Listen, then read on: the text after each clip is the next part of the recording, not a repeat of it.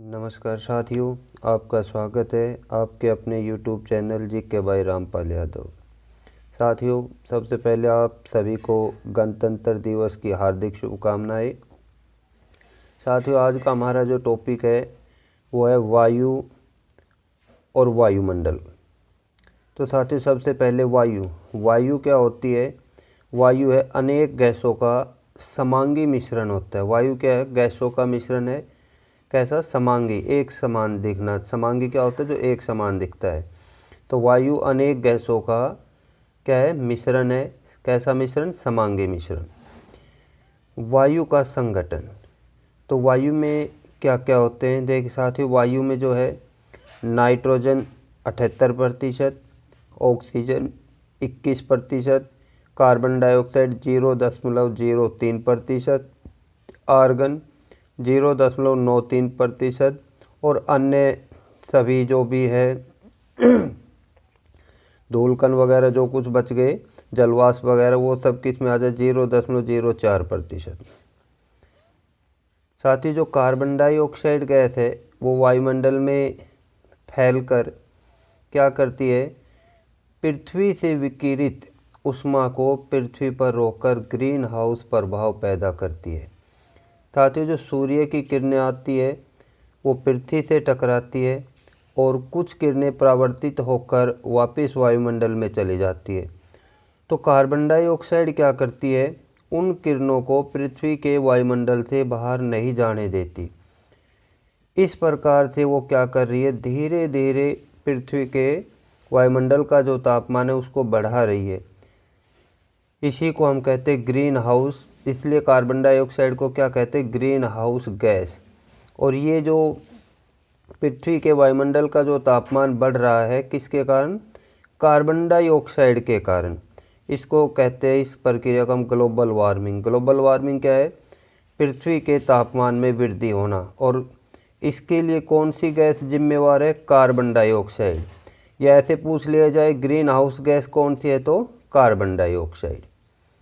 इसके बाद है साथियों वायुमंडल। साथियों, पृथ्वी की सतह के चारों ओर जो वायु का आवरण है उसको हम कहते हैं वायुमंडल। पृथ्वी की सतह के चारों ओर जो वायु का आवरण है उसको हम क्या कहते हैं? वायुमंडल कहते हैं। वायुमंडल 5 परतों में विभाजित है जो पृथ्वी की सतह से लेकर ऊपर की ओर जाता है। जैसे कि पृथ्वी की सतह के पास कौन सी परत होगी? क्षोभ मंडल। फिर उसके बाद उससे ऊपर समताप मंडल, उससे ऊपर मध्य मंडल, फिर बाह्य वायुमंडल और सबसे ऊपर बहिर्मंडल। तो देख साथ, सबसे पहले क्षोभ मंडल। जो क्षोभ मंडल है उसकी औसत ऊंचाई लगभग 13 किलोमीटर है और मौसम की जितनी भी घटनाएं होती है, पवन, तूफान, वर्षा, ओलावृष्टि, कोहरा, सभी इस परत के अंदर होते हैं। देखिए साथियों, ज़्यादातर ऐसे ही प्रश्न पूछे जाते हैं कि भाई ओलावृष्टि, कोहरा, तूफान या वर्षा किस परत के अंदर होती है? तो क्षोभ मंडल में होती है सभी। दूसरी परत है समताप मंडल। क्षोभ मंडल से ऊपर कौन सी परत आ जाती है? समताप मंडल आ जाती है। ठीक है साथियों, और ये लगभग कितनी है? 50 किलोमीटर की ऊंचाई तक फैला है। क्षोभ मंडल कितना था? 13 किलोमीटर की ऊंचाई तक। ये जो समताप मंडल है इसमें बादलों एवं मौसम संबंधी घटनाओं से मुक्त है।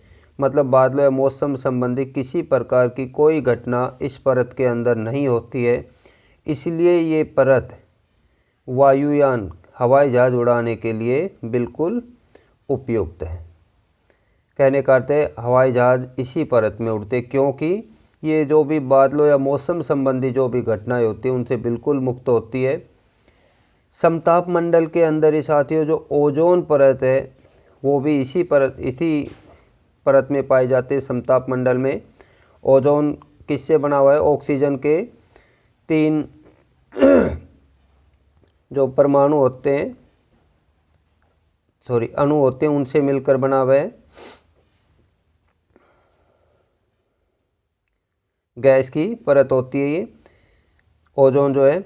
ओजोन क्या करता है, सूर्य से जो भी हानिकारक पराबैंगनी विकिरणें आती है उनको रोकता है, साथियों उनका अवशोषण करता है और इस प्रकार से हमारी रक्षा करता है। तो यदि ये जो सूर्य की हानिकारक पराबैंगनी विकिरणें हैं अल्ट्रावायलेट रेज, यदि ये पृथ्वी के वायुमंडल में आएगी तो इसके कारण क्या हो सकता है, स्किन डिजीज हो सकती है, स्किन कैंसर वगैरह हो सकती है। इसके बाद है साथियों, नेक्स्ट है मध्य मंडल, समताप मंडल के ठीक ऊपर होती है, लगभग 80 किलोमीटर की ऊंचाई तक फैला है ये। और जो भी उल्का पिंड बनते हैं, कहने का अर्थ है जो उल्काएँ होती है वो पृथ्वी के वायुमंडल में जलने पर, प्रवेश करने पर जलने लग जाती है। तो ये जो है उल्का पिंड कहाँ जलते हैं, मध्य मंडल में आने के बाद ही। अंतरिक्ष से प्रवेश करने वाले उल्का पिंड इस परत में आने पर जल जाते हैं।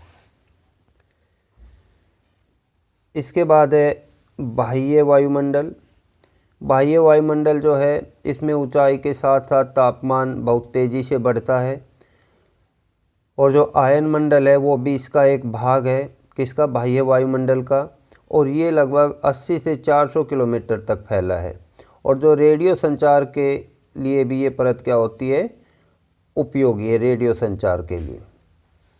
क्यों, वास्तव में पृथ्वी से प्रसारित रेडियो तरंगे इस परत द्वारा पुनः पृथ्वी पर परावर्तित कर दी जाती है। क्यों है, पृथ्वी से जो भी रेडियो तरंगे प्रसारित होती है ये उनको वापस पृथ्वी पर ही परावर्तित कर देता है।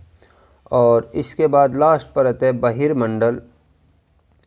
वायुमंडल की सबसे ऊपरी परत है और ये बहुत पतली होती है, यह वायु की पतली परत होती है। और हल्की गैसें जो भी हीलियम एवं हाइड्रोजन यहीं से अंतरिक्ष में तैरती है। साथियों आज के वीडियो में इतना ही साथियों। यदि आपको हमारा वीडियो अच्छा लगा है तो हमारे वीडियो को लाइक कीजिए, ज़्यादा से ज़्यादा शेयर कीजिए और हमारे चैनल को सब्सक्राइब कीजिए। धन्यवाद साथियों।